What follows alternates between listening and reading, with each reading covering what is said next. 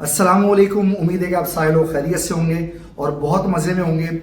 और हमारी जो पिछली वीडियो थी, जो लास्ट वीडियो थी regarding account opening documents, policies और प्रोसेस के, उससे आपने बहुत कुछ सीखा होगा। और आज हम एक नई वीडियो लेकर आए हैं और एक नए मेहमान के साथ। और ये जो मेरा नया मेहमान है, ये बहुत ही ज़बरदस्त बैंकर है माशाल्लाह, बहुत वास्ट एक्सपीरियंस है, अपने काम पे कंप्लीट ग्रिप है। और माशाल्लाह जब भी आप इनसे कोई बात पूछते हैं तो उसके बहुत पॉजिटिव जो है वो आंसर्स देते हैं। तो हमारे साथ आज मौजूद हैं फ्रॉम सेंट्रलाइज अकाउंट ओपनिंग से head of centralise account opening Akhtar Naqi साहब। तो अस्सलाम वालेकुम अख्तर साहब, वेलकम। वालेकुम अस्सलाम शान मती साहब, बहुत बहुत शुक्रिया कि आपने मुझे मौका दिया कि मैं अपनी बैंक इस्लामी की टीम के चंद अहम सवालात के जवाब दूं, ताकि जो हमारी बीए एक्टिविटीज़ होती हैं उसमें उनको आसानी पैदा हो। अख्तर साहब, ये इस बैंकिंग में मुझे लगता है कि बहुत बड़ा चैलेंज ये है, वो है कि अकाउंट्स ओपन तो हो जाते हैं लेकिन कुछ अरसे बाद वो डोरमेंट हो जाते हैं।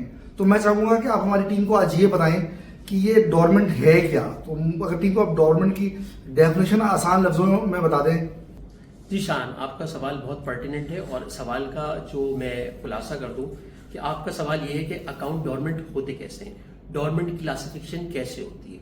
असल में AML CFT गाइडलाइन ने इसके बारे में क्लियरली कहा है कि कोई भी अकाउंट डोरमेंट तब होता है कि जब उसके अंदर 1 साल तक कोई भी कस्टमर इनिशिएटेड ट्रांजेक्शन नहीं होती है।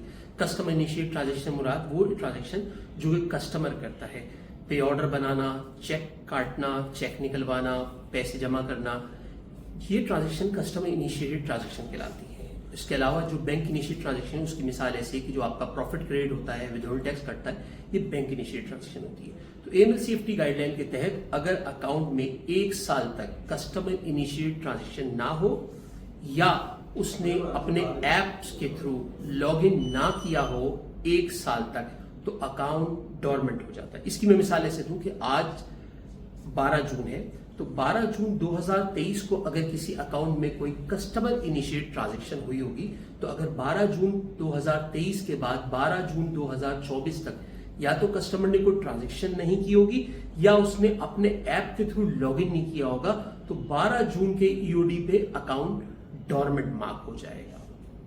तो अख्तर साहब, मैं चाहूंगा आप हमें ये भी बताएं कि क्या कस्टमर का जब अकाउंट डोरमेंट होने वाला होता है तो क्या हम कोई कस्टमर को इंटीमेट करते हैं कि जी आपका अकाउंट डोरमेंट हो जाएगा, आपने इतने अरसे से ट्रांजैक्शन नहीं किया, डायरेक्ट हम उसको डोरमेंट कर देते हैं?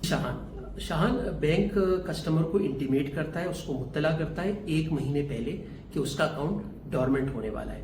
तो हम उसको एक लेटर लिखते हैं कि आपका अकाउंट डोरमेंट होने वाला है और आप जल्द से जल्द ब्रांच पहुंच के अपनी ट्रांजेक्शन कर लीजिए।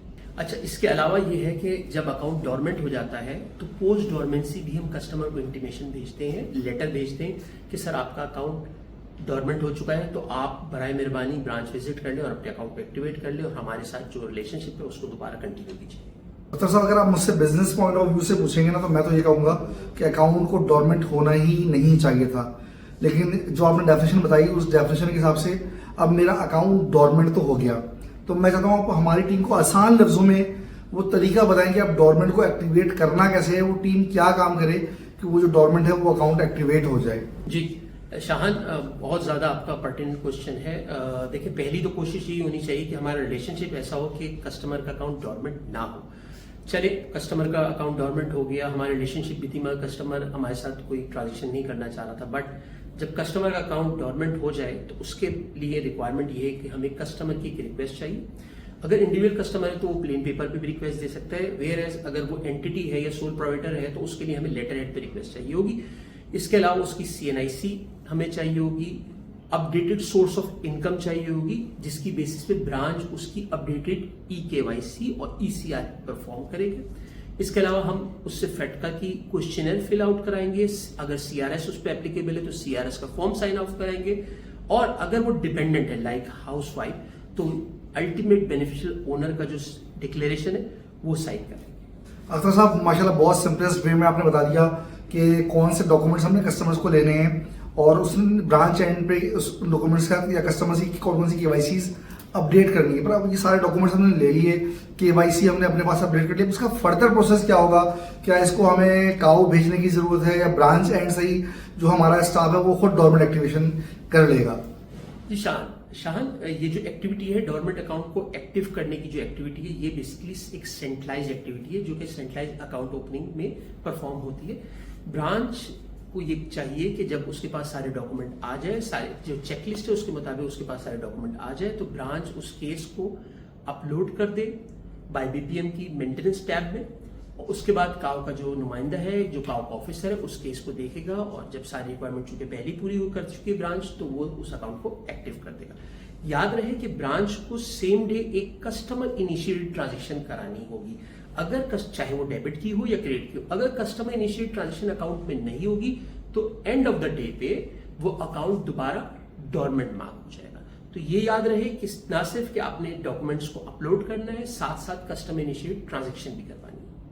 ठीक है अख्तर साहब, जैसा आपने कहा कि हमने सेम डे ट्रांजेक्शन भी करनी है, पर ऑब्वियसली कस्टमर अपने डॉक्यूमेंट्स जो है वो साइन करने के बाद कस्टमर जो है वो अपने घर की तरफ चला जाता है, जहां जिसने जाना था वो चला जाता है। तो क्या जो काव डिपार्टमेंट है वो सेम डे में उसको एक्टिवेट कर देता है, और ब्रांच को कैसे पता चलता है कि अकाउंट जो है वो एक्टिवेट हो चुका है और उस पर वो ट्रांजेक्शन जो है वो एग्जीक्यूट करे? एज पर रेगुलेटरी रिक्वायरमेंट डोरमेंट अकाउंट में क्रेडिट्स अलाउ होते हैं, और क्रेडिट्स जो होते हैं यानी कि कोई भी अपना कैश जमा करा सकता है, ये जबकि अलाउड है। तो अगर डोरमेंट अकाउंट में आपने अपलोड किया है केस, क्योंकि वहाँ क्यू है, फर्स्ट इन फर्स्ट आउट वाला हिसाब किताब है, तो जब क्यू में बाय बीपीएम के केसेस आते हैं तो हर ब्रांच का केस जो काउ के ऑफिसर हैं उसको देख रहे होते हैं। सो कस्टमर की ईज के लिए ये है कि जब आप डॉक्यूमेंट चेक करने का उसको अपलोड करें, साथ ही साथ कस्टमर की एक कस्टम इनिशिएट ट्रांजेक्शन जो है कैश डिपॉजिट अकाउंट में कर दें, जो कि डोरमेंट अकाउंट्स में अलाउड होता है।